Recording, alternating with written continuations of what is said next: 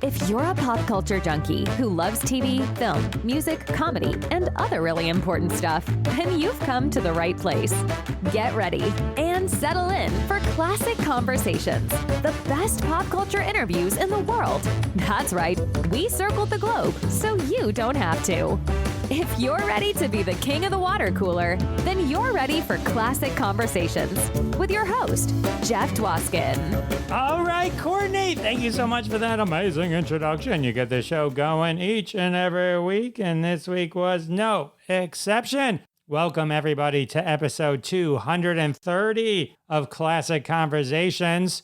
As always, I am your host, Jeff Dwoskin. Great to have you back for what's sure to be the bassiest classic conversation of all time. I have with me the world famous bass player, John Billings. John is a touring bass player with such acts as, and you may have heard of them, Donna Summer, Wynonna Judd, Rick Springfield, and the Monkees. We're going to be slapping the bass in just a few seconds. And in these few seconds, I do want to remind everyone of episode 228 with Ian Gervitz. Insider's Look into Hollywood is a great one. Don't miss that one. But hey, we're here to talk Monkees, Rick Springfield, Donna Summer, with the amazing John Billings. Buckle up. This is a good one. Enjoy.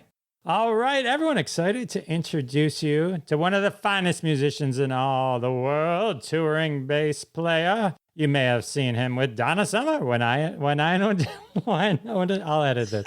Wynonna Judd, or 60s pop superstars, the Monkees. Ladies and gentlemen, welcome to the show, John Billings. Thank you, Jeff. Thank you. You are welcome. All right, so John, I'm a concert goer myself, and so I've seen, let's say, Elton John a handful of times. I've seen the Monkees a handful of times, Billy Joel. That's sort of my lane. But I realized, based on timing, that you've been with the Monkees, I've likely seen you in concert twice, putting you right at the top of the list of artists that I have seen perform live. That you just shot right to the top. That's amazing. I love it. All right, so let's fact check it real quick. With the Monkees, 2014, is that the right time frame? Actually, a little sooner than that. Okay, I'm saying, but 2014 would fall into your time frame. Oh, yeah, totally. Yeah, 2012, there, right? Since 2012. Correct.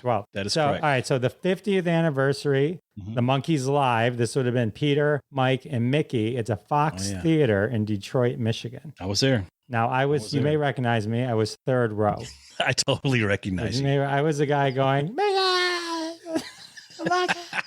and you might have recognized me. I was the guy at the end of the show that was rapping the guitar chords and carrying Mickey's and Mike's bags to the bus. That was me. That was what I do. So that was the first time I saw you masterfully playing with the Monkees. Second time, we flash forward. Now we're the Monkees present the Mike and Micky Show. This is June 14th, 2018 at the Copernicus Center. Oh, wow. In Chicago. Okay. Now I thought I was really cool going to that concert because this was like Mike and Micky, right? First national tour as a duo. They're like, this is the first time just the two of them have toured. And so the Copernicus Center is kind of I'm from Detroit, so going to Chicago with my friend Aaron Rubin to see them, this was kind of a little off the beaten path, but that's what made it so cool. Like, oh, Mike and Micky, they're doing these, these theaters. And so we went and saw that. I didn't have third row, but it was amazing. Yeah. And those two concerts were two of my favorite concerts. Are you serious? Ever. Yeah. Well, that's cool. And I have the live album, which features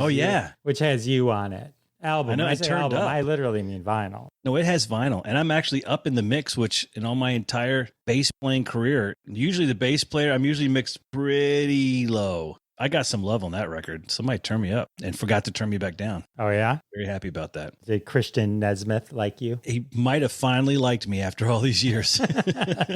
So that was a lot of fun. So those were two, like the 50th anniversary was the first time I was ever like, when I sat third row at the Fox, I was like, you know what? I'm a big boy and I make money and I'm going to buy big boy seats. I'm not going to sit in the back. I'm not going to sit in the back. So that was a great tour because I'm the same age as the Monkees. The show came on TV the week I was born. I was born September 16th, 1966. And the night that we did the 50th anniversary show in Hollywood was on my birthday. So that was a great run, dude. so much fun. And I felt like I was like part of it. I guess I am a little, but I felt more of a part of it. And we took a little intermission and we had birthday cake in the back, and it was cool. It was a good night. I've seen Nesmith. I've met Mike and Micky at Comic-Cons, and I saw Mike Nesmith solo at the Magic Bag Theater in Michigan. Was he with the full band, or was he doing something with Pete Finney? Okay. It was something where he was doing the music, Music of the Mind. Yeah, Movies of the Mind. Movies of the Mind. Yeah, he was like taping for that. Okay. That was an interesting band. I got to check them out in Nashville when they came through. It was Christian Circe Link has a band, and for the most part, it's her band that's his band. And it was a good show. It was a good night. It was a really good gig. How did you come to working with the Monkees? We'll go back in time in a minute, but like, go back in time.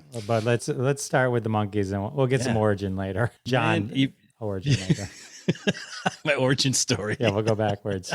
How'd you get into? It's really dark. How'd you get into the bass? But first, Monkees. Let's stick with since we're with the Monkees. Well, if you live in Nashville and you're a professional musician, no matter what gig you got, you're playing in town, you're playing local gigs as well. So I played around town. I played for, I had regular gigs like a Wednesday night thing or a Friday night thing. And I was playing at a bar in Nashville called the Lipstick Lounge. It was really close to where I was living at the time. And I was working with this guitar player who to me was new in town. He'd probably been in town a year or two, but to me, he was the new guy in town. His name was Wayne Avers. And we were just chatting one night after the set. And he said, yeah, I go out. I work for the Monkees and Micky Dolenz. And I was like, I said the same thing that everybody says to me now. They go, the Monkees?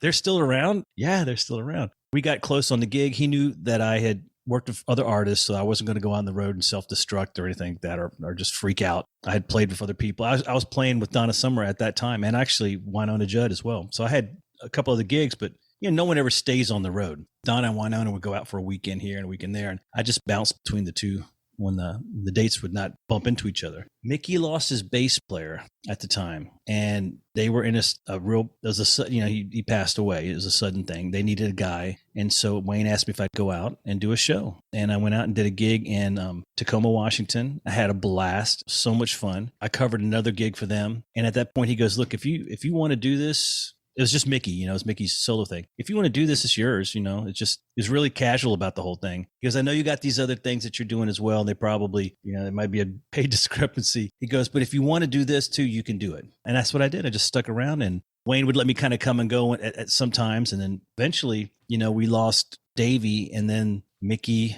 Mike, and Peter put that thing together. And I think it was 2011, and Micky pulled his band in, and all of a sudden I'm in the Monkees. And it's been like that ever since. That's amazing. So I know you said you were born when the show started. So, correct. But when did you catch up with the music in your early years? Oh my God. I mean, really, obviously I was born that week, so I didn't see the show. I might have missed the show. I was breastfeeding. I missed the whole thing. You were busy. I just remember being a kid, and ironically, I don't remember it. This is what I always tell my friends. I go, I don't remember the Monkees being on TV at my house. They had to have been, because there's only 3 channels and PBS. But I remember I'd go visit my cousins in Northern Virginia. And when I was up there, the Monkees, I'd see the Monkees on TV. And that's my memory of watching them, was when we go to visit my cousins. The music didn't occur. Now, I'm young at that point. So I'm thinking about like Ultraman, G.I. Joe, and this goofy show called The Monkees. So I'm not really digging into the music until later when I start playing. I always was a fan of songs like Pleasant Valley Sunday, the hits. I always heard the hits on the radio. I loved them. I never thought beyond that. I was like a heavy metal guy and a funk guy. I wanted to be Larry Graham, and I wanted Verdine White to quit Earth, Wind & Fire so I could be in Earth, Wind & Fire. That's where my brain always was. And then as I got older, I started listening more to Zeppelin and Beatles. And then, of course, right in there is the Monkees, all that classic Monkee stuff. So when I came on board, I really kind of made a second self-discovery of it. Like, oh yeah, I forgot all about these songs. They're amazing. Learning that first Micky gig. And the same thing happened. I worked with for a year with Rick Springfield. And when the drummer called, said, hey, we got to fill in for the bass player. Got these dates. You want to do these dates? Yeah, I'd love to do it. And then I get off the phone. I'm like, what? Jesse's Girl. I remember Jesse's Girl. And you're trying to think of all the songs. So they sent me the cassette, which that tells you how long ago that was. And then you're like, holy cow, I know all these songs. These were all hits. And I didn't know half of them were Rick Springfield. And it was the same with the Monkees.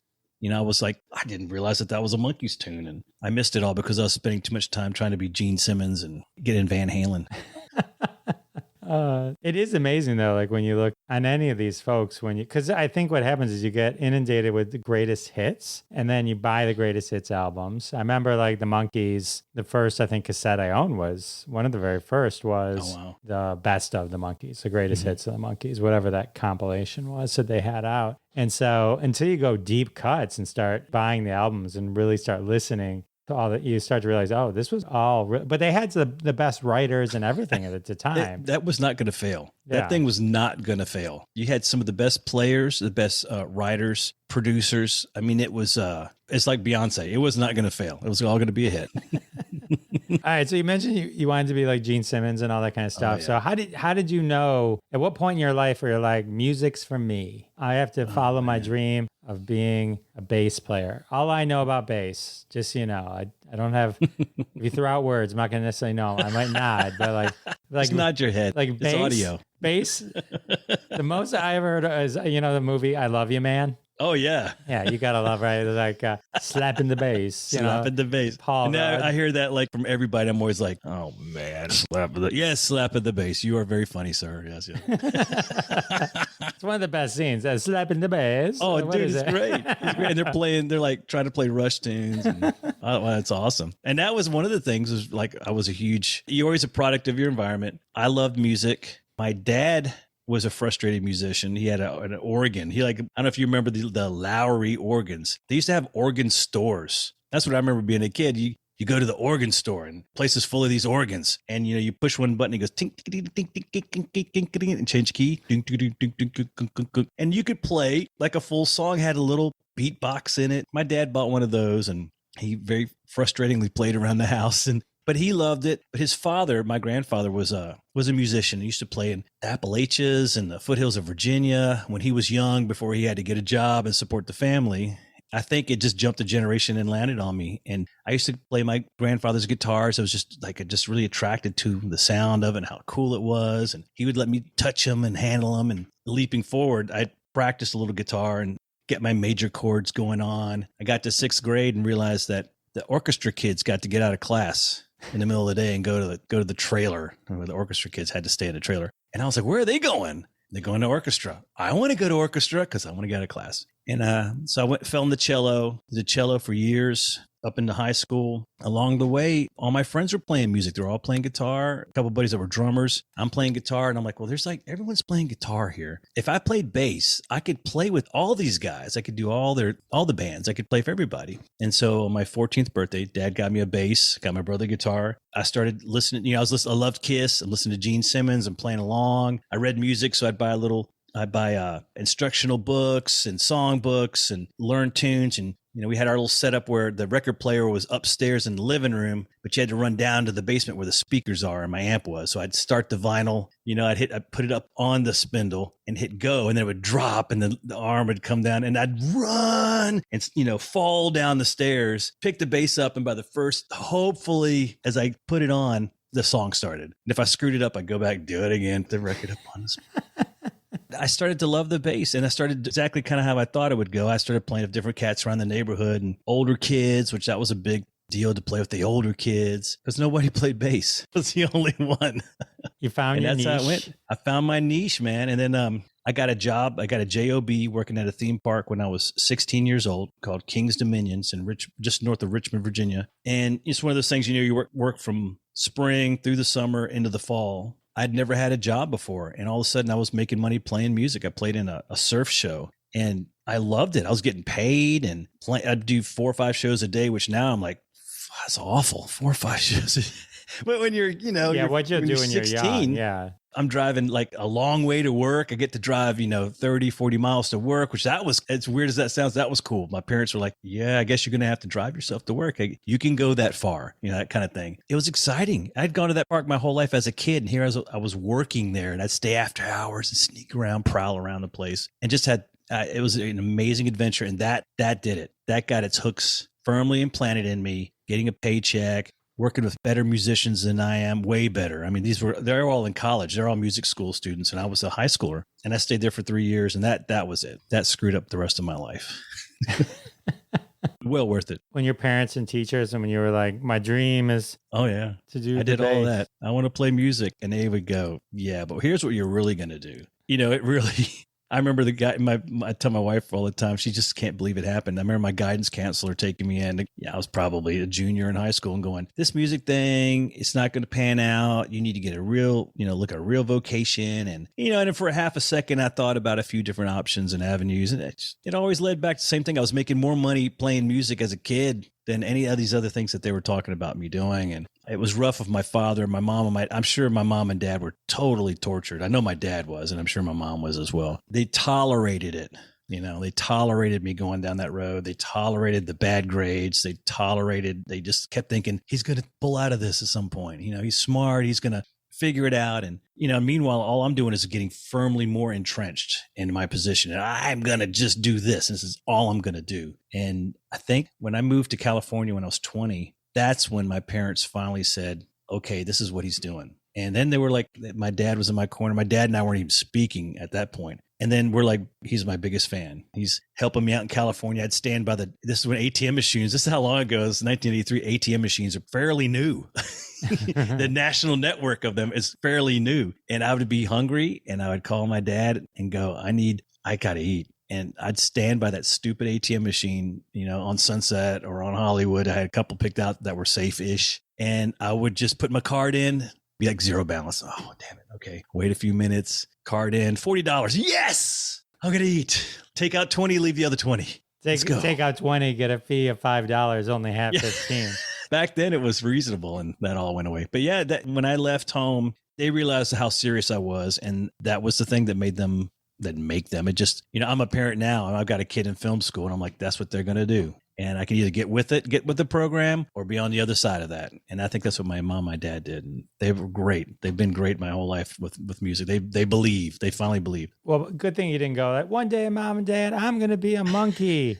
And they'll be like, lock him up. Lock him up. Exactly. It's crazy talk. Crazy talk. Sorry to interrupt. Have to take a quick break. Good time for you to run to the ATM, get some cash. Do want to thank you for your support of the sponsors. When you support the sponsors, you're supporting us here at Classic Conversations, and that's how we keep the lights on. And now back to my amazing conversation with John Billings. We're going to continue his journey. All right, so that's awesome. You worked at a theme park. Great. Oh, yeah. All the tilt-a-whirl you could get. What's your favorite Kiss song? Oh, my God. All of them. I even like the Disco Kiss. That's a trick question. The answer was Detroit Rock City. Oh, fuck. You know what I liked was I still love I Want to Rock and Roll All Day. So good. I love that song. And when it comes on, now my kids know it. That's what's cool. I was riding down the road in the car and it came on the radio and my daughter started singing and my 17-year-old and I was like, yes, I did one thing right as a father. If the song Beth comes on at just the right time too, that can hit you pretty good. Oh, yes. Beth, right. In the same way Drive from the Cars. Yeah. Well, I keep feeling like Kiss fans maybe I'm wrong. Maybe I'm wrong and they will point it out to me because they love to point shit out to me. But I feel like Beth is kind of like the stepchild of Kiss. I think it was pivotal for their career, but I feel like real true Kiss fans kind of look at Beth like, yeah, that's that song. No one ever goes, Beth. Oh, I love Beth. Until they hear it. They slow dance at the prom with it. I mean, maybe I would guess if they don't talk about anything, it's Kiss meets the Phantom of the Park. Yeah. That's what. I mean, if I was going to go down any road, that would. I mean, I heard the other day, Philip Schaus he's an Accept. He was doing a story, Instagram story. He had in the background, he was dancing to I Was Made for Loving You. And I'm like, that's a cool tune. I love that song. And Gene's playing cool bass. But I'd never admit that to my friends. I'd never admit that to my friends. Like riding a mini bike. You never admit that to your friends. Oh, man. All right. You're in California. So how do you, what was your first gig? What was your very first paid gig? In California or just like in my career? In general, when was your? California was 8 long years of pretty much nothing. I did a lot of free everything. So I wouldn't call it a paid gig. I will say that what California did for me was I got to meet and work with a lot of heroes of mine growing up. As exciting as that was, the next day I was like, I'm still broke. I got no money. I played with like cats that I listened to in the basement on that, my drop down LP player. And it just didn't, as much as it just stroked my ego, it didn't do anything for my career. But when I moved to Nashville in 1995, if I back up a little bit, I went to California. A couple of buddies of mine, eventually we all got out to California. I'm from Richmond, had a huge, very rich musical community. Dave Matthews Band, the Wooten Brothers of the Flecktones, just amazing musicians came out of there. Everybody split in the course of a few years. So a few of us went to LA, a few of us went to New York, and everybody else came to Nashville. So all of a sudden I'm in Los Angeles, like just wanting a gig or playing shitty gigs and just not making any headway with a career. And all my old buddies that moved to Nashville are coming to LA and they're playing all over the place. They're playing at the arena and they're playing at the Universal Amphitheater. And there was a jazz club down the street from where I lived in Redondo Beach that I had to pay to go if I wanted to go in that place. They wouldn't let me step anywhere near that place as a musician. And there I'm hanging out with all my pals from New York or some of them from Nashville. And at some point I kind of went, I've screwed up.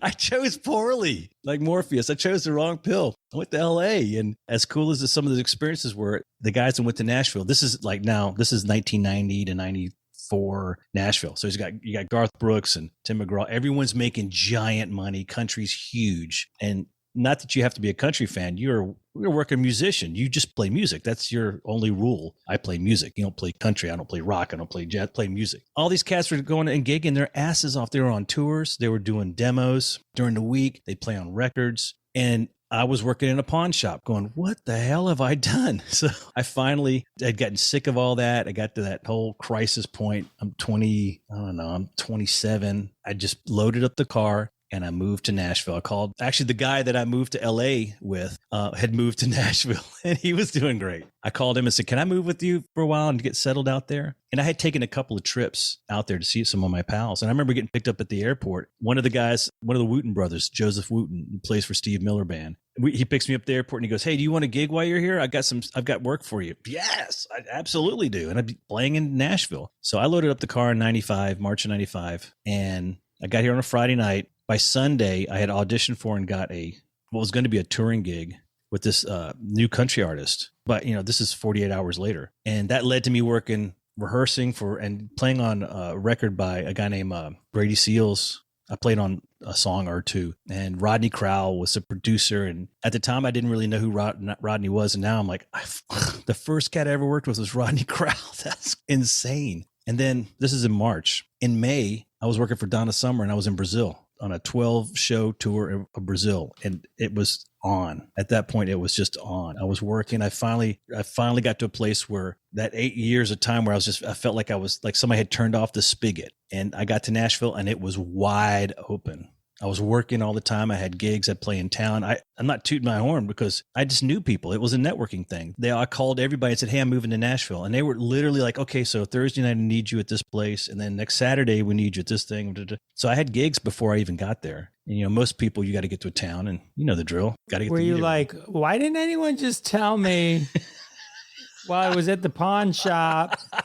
Maybe just call, text, beeper at the time, maybe. It was like, the brick. It was Motorola brick. Yeah, can you brick come to Nashville. They did. Unless they did. They did. They come to town, and I'd go and hang out with them. I'd be hanging out I remember I went to the Tonight Show with Carson because my friend was playing in the Flecktones, and I was like, I'm at Johnny effing Carson show. This is crazy. And then I'm at the Arsenio Hall show with this guy, and then at the university, I would go and hang out with them, and every single one of them go, man, you really need to think about. I don't know what you're doing in LA, but Nashville's hopping, and it's just one of those things. You've been there so long. I don't know about you, but you put in time, and it's just so hard to change course. You're just like, oh, maybe if I just wait one more month. Right. Are you 2 inches from the gold where you are? Yeah. And that carrot was always on the stick and it was just out of reach. So I would like to say that I made a tactical move and moved to Nashville. It was really just a move of sheer desperation of like, I've just given up on life. I quit playing bass for a time period there. I just worked at the pawn shop, made money so I could move. No plan, no nothing. It's just, I surrender. LA, you got me. And then I got to Nashville and it was like, the lights came up, the choir, the heavenly choir, and everything's just started happening. It was such a blessing, man. Really was. Right, because we were decades away from working at a pawn shop being a viable reality TV star gig. It was a great, horrible experience, but a great experience. Like it's the stuff I learned, the things I saw. Craziest thing someone tried to pawn? I mean, everything was crazy. A Tiffany chandelier. an attorney who will remain nameless was having some, this is way before, man, this is 1993. So way before Me Too movement, an attorney who actually had helped create palimony way back when. He was the attorney for the wife of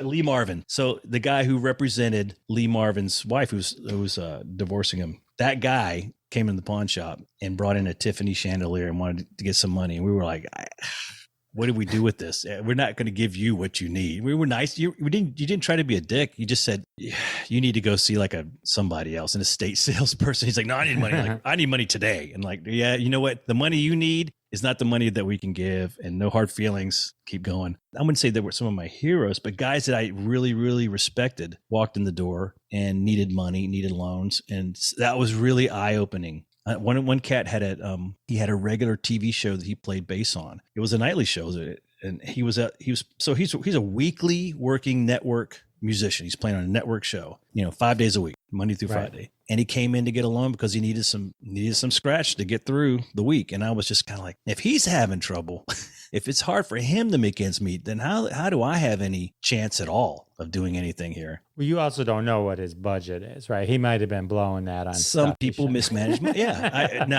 Yes, exactly. Money mismanagement is probably the number one reason that people need that kind of fast cash.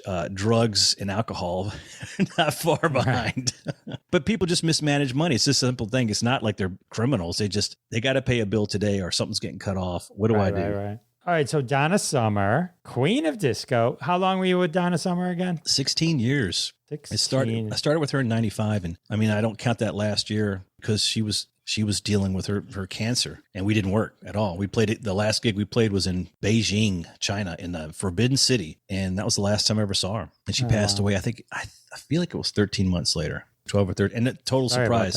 Yeah, that came out of left field because none of us knew. She didn't tell anybody. No one knew.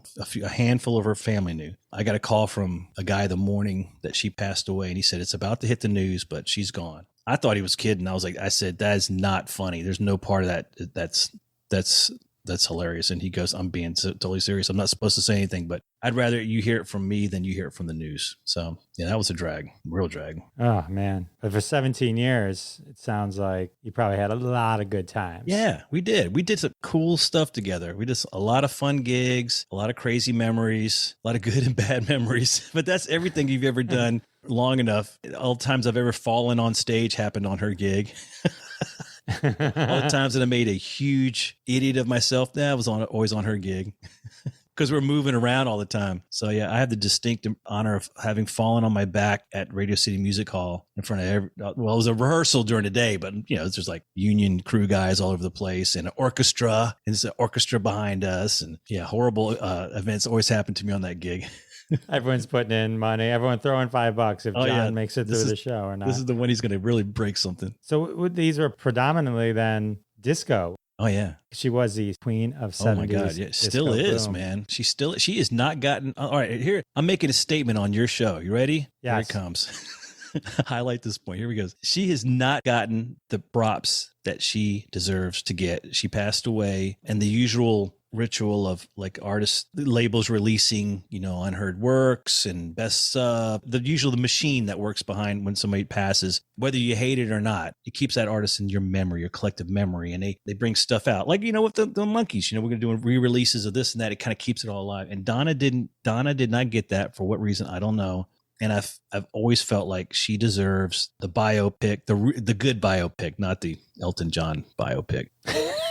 She needs, we need books. Hello, we need a book. We've got it. Here's the beautiful part. Brooklyn, her daughter Brooklyn is produced and co-directed a documentary that's it's going to be out in the Berlin Film Fest, I believe, here really soon. And thank God for that. And since Brooklyn, her daughter's involved, it'll be a really good, real biography of her life. So I'm really happy about that. But I really wish the music machine got behind what she did for us. There, end of rant. I'm rant free now. I appreciate the rant. And I do appreciate a good documentary over, Bohemian Rhapsody was another one. It felt good the first time. And then the second time I watched it, I'm like, how did I sit through this the first time? The second time for me, and it's always on TV, when you're flipping channels, there's always a piece. And I watch for 10 minutes and I feel like And I did I'm like you. I love the first time I saw it. I was like, yes, this is awesome. That moment when they're out in front of in Wembley, Oh my God, audience, and you're if you watch it there. match to the real Live Aid, it's insane how detailed they were. They really did an amazing job. But then the more I see it, parts of it get so campy. I have a hard time watching it. Well, they changed their own story. Yeah. Well, you can do that when you make your own story. You can change it all you want. They just put things out of order and stuff. So how many times would you say you played MacArthur Park? Oh my God. I mean, I don't know. Many hundreds. I wouldn't say 1,000, but many hundreds, to the point where and this is not dissing anybody. All musicians do this. All anybody who's entertainment, when you've got a thing that you do all the time. If you're in a show, a Broadway show, you're performing, you're saying your lines, but in the back of your mind, like, God, I wonder what restaurant after the show. I think I should go to that place down the street. And you know what? I gotta do that project for that guy. I totally forgot about that. MacArthur Park is melting, and oh yeah, it's my kid's birthday next week. I forgot. You do it so often that you can drift a little bit. You still deliver your thing, you still do your thing, but you drift. You definitely drift a little. Drift away.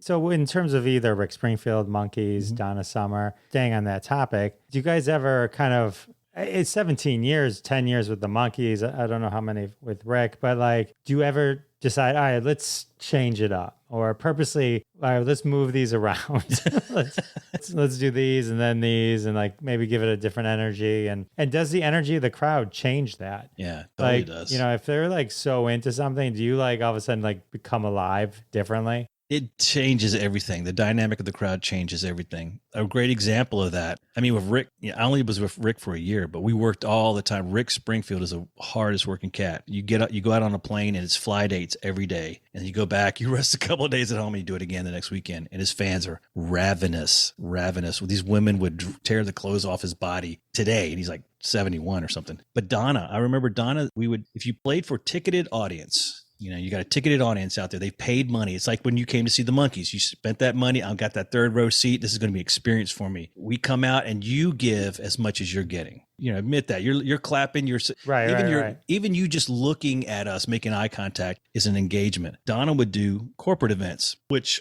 are great money for her. Dough in her pocket, keeps the band working. I'm sure those things pay more. Corporates pay way more than a ticketed show will. So it's good to pad your schedule with some corporates just to keep nice cash flow coming through. But then now you're playing for people who did not pay to see you play. Half the room is excited. The other half wishes that they had gotten the Charlie Daniels band or something else other than a disco band. And they sit in the back and they're talking and they're, they don't really pay attention. And wow, talk about bringing everybody on stage we're feeling every song like this is never going to end. You're looking at your watch like, oh my God, I got another 30 minutes to go. Half the room is over there talking and chatting away. And the other half, there's the 5 in the front that are excited. And yeah, it torpedoes the whole thing. I gotta say, this is enlightening to me on a level I never expected, meaning I'm a stand-up comedian. And so I've always in the back of my head said, oh my God, I wish I could sing. Singing's where it's at. I mean, it's you could just be up there singing. They don't have to listen to you sing. They have to listen to me tell a joke, because otherwise they won't laugh. They won't know what they heard. But a song, they can just take it in. But hearing you right now, you're like every nightmare that a comedian would say, you just said from your point of view. So I was like, okay, I'm reframed. Oh, dude, I would go, there were 2 songs that, for all my other gigs, except for when I was in the metal days of LA, when I was in a metal band, and your whole job is to shake your hair as hard as possible and push your crotch in all the ladies' faces as you're playing. It wasn't until I played with Donna that Donna was like, you and the guitar player out front on this song, and I want you to do this and do that, hence the falling, and come up to me at this point and do like that. And then you step back and, we had I wouldn't call it choreography, but she wanted us out there during a couple of the songs that were high energy because she wanted to be a rocker. She was a total rocker. And so when we do Hot Stuff and what was the other song we used to do? Bad Girls. She wanted the vibe to go through the roof. And there's nothing worse than doing that. And you step out to the edge of the stage, and I used to have long hair. I'd flip my hair and I'd make eye contact, and you just see this. Arm crossed, maybe falling asleep, not paying any attention. They don't really give a that you're up there. They have to be there because corporate said you got to come to the party. John, you're crushing all my fantasies. So the comedian point of view of that is is that you have an entire audience laughing and one guy in the front isn't. And that's all you can think about. That's all you can We see the same thing. You see that's that what I'm one saying. guy. Like, I never thought of it. I always thought torches you. Like from your point of view, you're just like boom, boom, boom, boom, boom. Hey, we're playing our songs. I'll tell you, like I was at a company event and they had Boys to Men. This is an older crowd. So Boys to Men's doing it. They got about 2 songs in, and then probably about the 3rd song, everybody kind of rushed the stage. Oh wow! In an exciting way, not to hurt them, not a creepy way. And to enjoy the show. And all of a sudden, it was like Boys to Men was a different group. Yeah. I mean, the energy was so just right along the lines of what you're saying. Once there was that energy right there, and we weren't 30 feet away in round tables eating our desserts, it just, so, okay, I get it. No, it's the same. If you're in your room and you're doing your act in the room and you're hitting these jokes and you're getting a half response from everybody, they're not really wanting to be there. They're not engaged with you. You got that feeling like, no, I've got to just watch my clock. I got to make it another 5 minutes or 10 minutes. And why am I even here? This is a waste of time. But you got to get there to get that contract fulfilled. But then again, you go to another room where they're your people. They're there to see you, and you got them, and you're on, and they're on, and there's that symbiotic thing happening between the audience and the performer. That's when you go out and you're going out and getting hookers at that point after the show. You're so excited, That's a good night. That is a good night. Oh, I don't know why it didn't happen. Maybe I missed the call or something where I almost opened for Rick Springfield. Oh, really? As a comedian, not as a bass player. I don't even know if that's bass. I keep that's making exactly what it sounds like when I play it does. You would have had a C. It could have gone either way. All right. You would have here's the facts. The facts would have been you would have had a sea of women in their late 30s, 40s, early 50s that are they're waiting for that piece of steak that's going to walk out after your set. And they're either going to be very polite and nice or they're going to tear you to shreds so that they can get him out there with his pecs and his abs and get some music going. It could go either way. I have found that the worst possible scenario you can be in is an unexpected time gap between your audience and the person they actually came to see. We love you. We're going to bring out Rick Springfield just a few minutes. But first, Jeff Dwoskin. Yeah, he's going to do comedy. You're going to love it. Rick's going to be out pretty soon. Don't worry. I know you. Don't worry. Just you see them all in the audience. 20 minutes.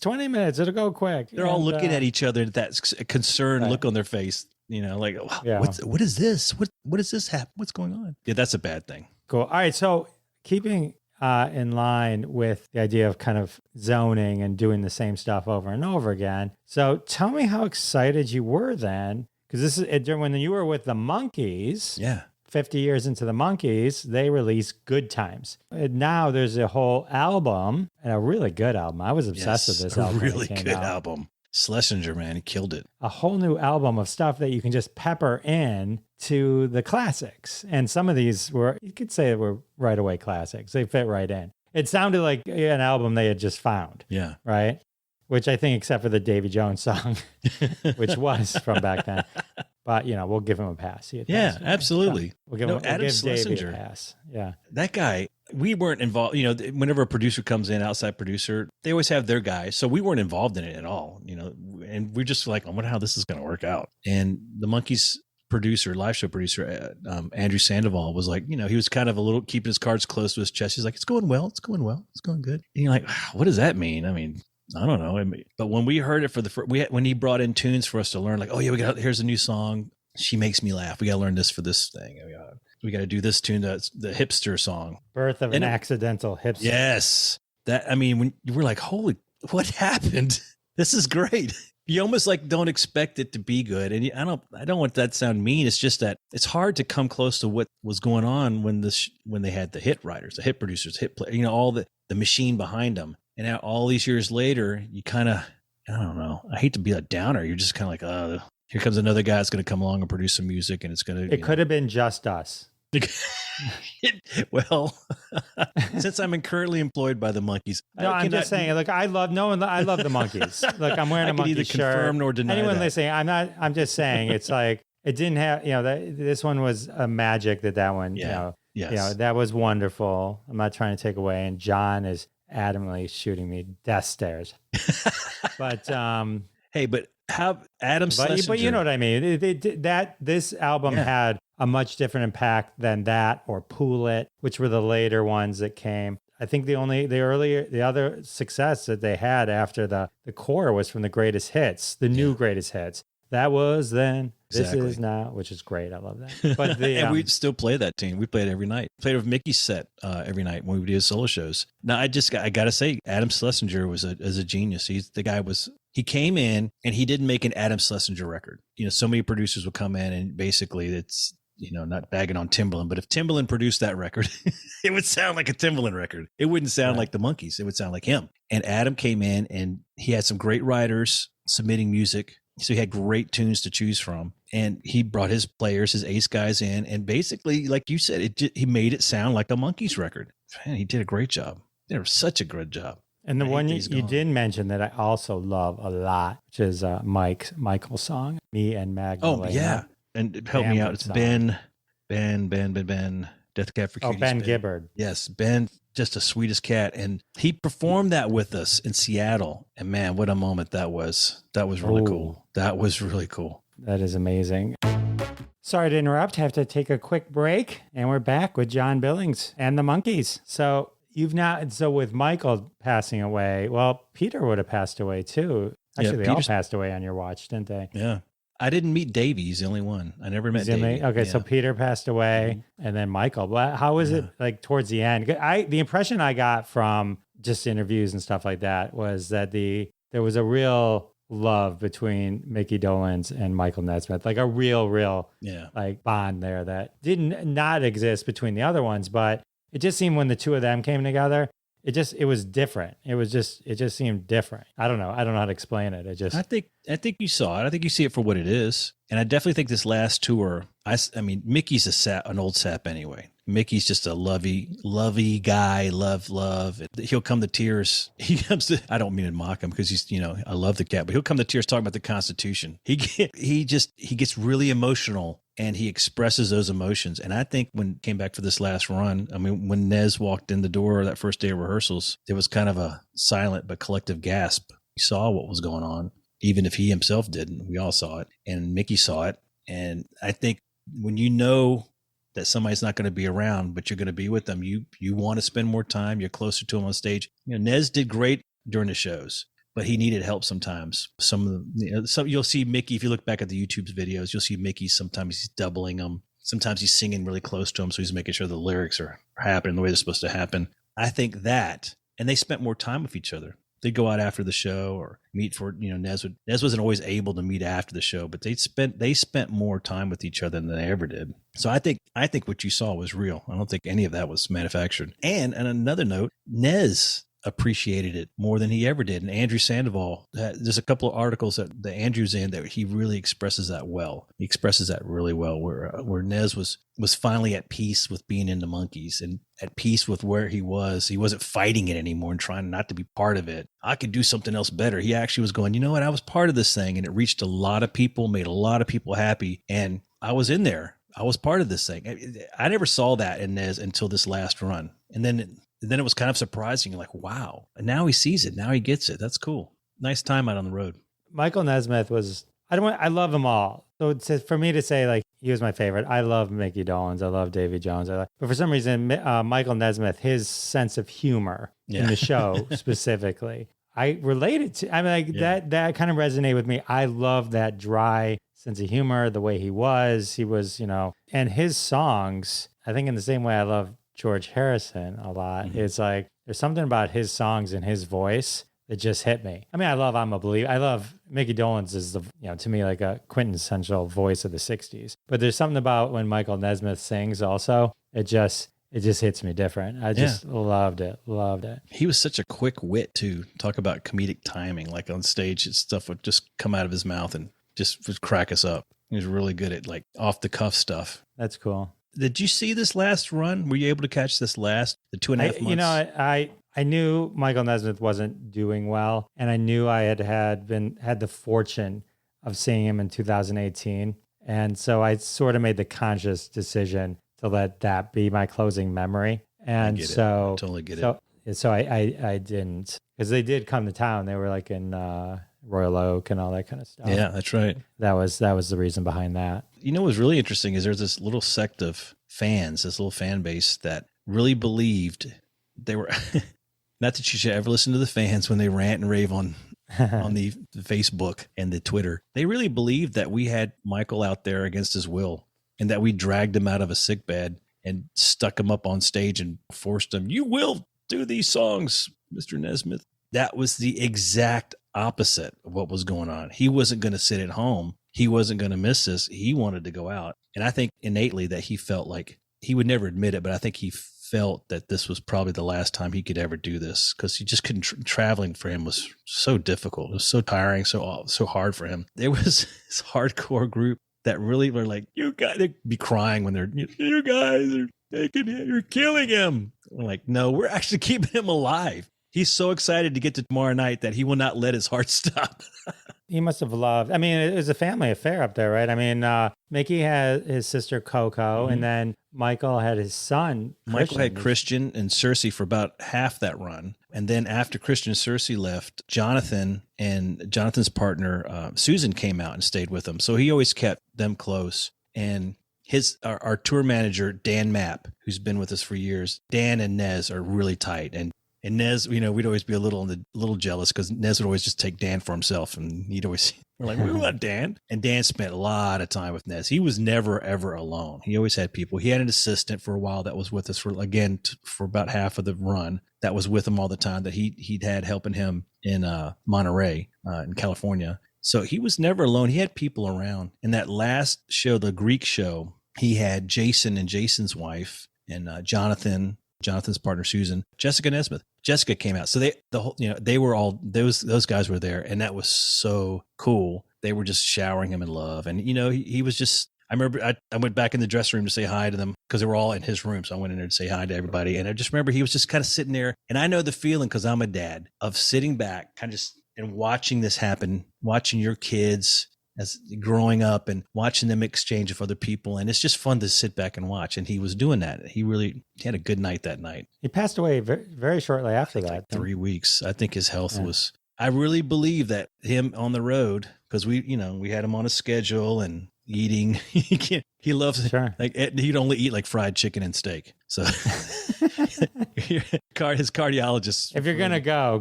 Yeah. You're going to go. You might as well have, I really believe that keeping him on the road was keeping him going, because as soon as he got home, I think I don't think he was doing well at all. It was sad, but we all knew it was coming. He knew it was coming. We just didn't know when. But that was a really good run. But I completely respect and understand what you're saying, because I feel the same way about some of the people that I love as artists, that I would like to remember them the way I like to remember them.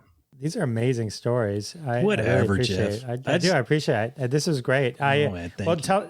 Tell me about your cool wine store. Oh, thanks. You're involved with the two things I know the least about.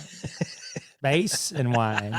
But tell me about how you're rocking the Nashville wine look at it like scene. Alcohol and music, baby. My wife and I, we always wanted a venue together. We met in 2014. We're both musicians. She's a native of Nashville. She's like the unicorn, grew up here in the music business and stayed, because no one in Nashville is from Nashville anymore. So she has a personal mission in her life that she wants to bring exposure to what she calls real Nashville. And we always wanted to have a venue together, a place where people could come and perform or congregate, hang out. So it's July of 2019. We opened right before COVID. We opened a wine and spirits bar called Wine Down Nashville. That is a great time to open anything. Oh my God. We're business geniuses. We opened our spot up, and then we would have some of our friends play music. We tried to bring in musicians at a really high level. The whole point was to bring an experience to our people, our patrons, our customers, that, we could sit back and say, that guy is playing guitar right there. That guy plays for all of these people, and he's one of the baddest dudes on the planet. You're getting an incredible experience right now, whether you know it or not. We would do a thing on Tuesday nights called Off-Road Ramblings, where we would bring our music friends up and do what we're doing right now. We'd have an interview, just a live interview with them. And I'd talk to them about their career and their path and how they wove their way through the music business all the way to today. And that was the biggest thing that we ever did. That was huge. That was the most crowded night we'd have. People were just in the audience awestruck at these stories, especially in a live setting. It was really cool. They'd be sharing all this stuff with us. It was really neat. Been doing that after COVID. We made it through. We got through that. It's been a slow build back to get to where we were when we started. And we're starting to bring some of these events and these storyteller events and songwriter events. We're bringing those back to the bar. It's been fun. It's a labor of love. And my wife, primarily, that's her baby. We do it together, but that's her, she's looking at that like a job. Like that's what she does when you're off. Yeah, exactly. With Micky Dellins. Yes. And the No, Monkees. she wants to come along. Every now and then I'll bring her along. I can, cause I'm like, baby, I got to make money. If I bring you, I'm not making no money. But she loves to come out. We don't like to be away from each other that long, and being on the road, very difficult to be away from your people. I hear you. Yeah. So yeah, we have a cool little spot just north of the airport. It's about 2 miles from the airport. And we love to have people pass through town and say hi and take pictures and be silly. And, I've got some Monkees memorabilia up on the wall. I've got my bass that Nez and Mickey signed to me. And I do some tour photography, backstage stuff. It's difficult to access for most people, that I get these moments with Nez like that I capture. So I'll have photos up on the wall of some of that stuff. So you got to come see some photos. Yeah, I'm going to as well. And then I'll show you my Headquarters album I have signed by. Yeah, see. Well, actually, we do comedy now, so you'll have to. Unfortunately, you'll have to work when you come. Okay, well, I can do that. I'll work for my wine. There you go. We like that, dude. Yeah, we stumbled accidentally into comedy through Courtney Cronin Dole, and it's just been a blast. It's so much fun.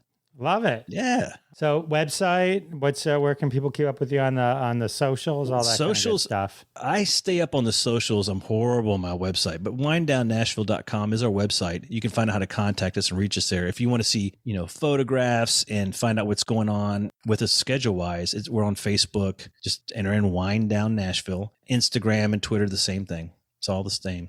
Like, I think my Instagram is Wine Down Now or something like that. But if you just do a search for Wine Down Nashville, you'll find us. I love it. Thank you. John, thank you so much for hanging out with me. Jeff, I had a blast, man. And I was listening to you before we even go in. I was listening to the Adrienne Barbeau interview because holy cow, did I have a crush on her. So who didn't? Oh my God. I was listening to you and I was just the whole time going, he's talking to Adrienne Barbeau. Oh my God. That was really cool, dude. This is a lot of fun. It was such a pleasure. Thank you. I love talking with you. Thank you, sir. All right, everyone. That was the amazing John Billings. So many great stories. If you're in Nashville, check out Wine Down Nashville. Everybody who tells me they're going to Nashville, I say, check out Wine Down. So you should too. Well, I guess we're going to wind down this episode now. One more quick thank you to my guest, John Billings. And of course, a huge thank you to all of you for coming back week after week. I can't thank you enough. It means the world to me, and I'll see you next time.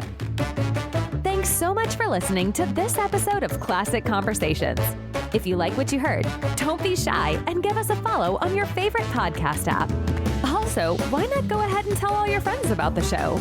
You strike us as the kind of person that people listen to. Thanks in advance for spreading the word, and we'll catch you next time on Classic Conversations.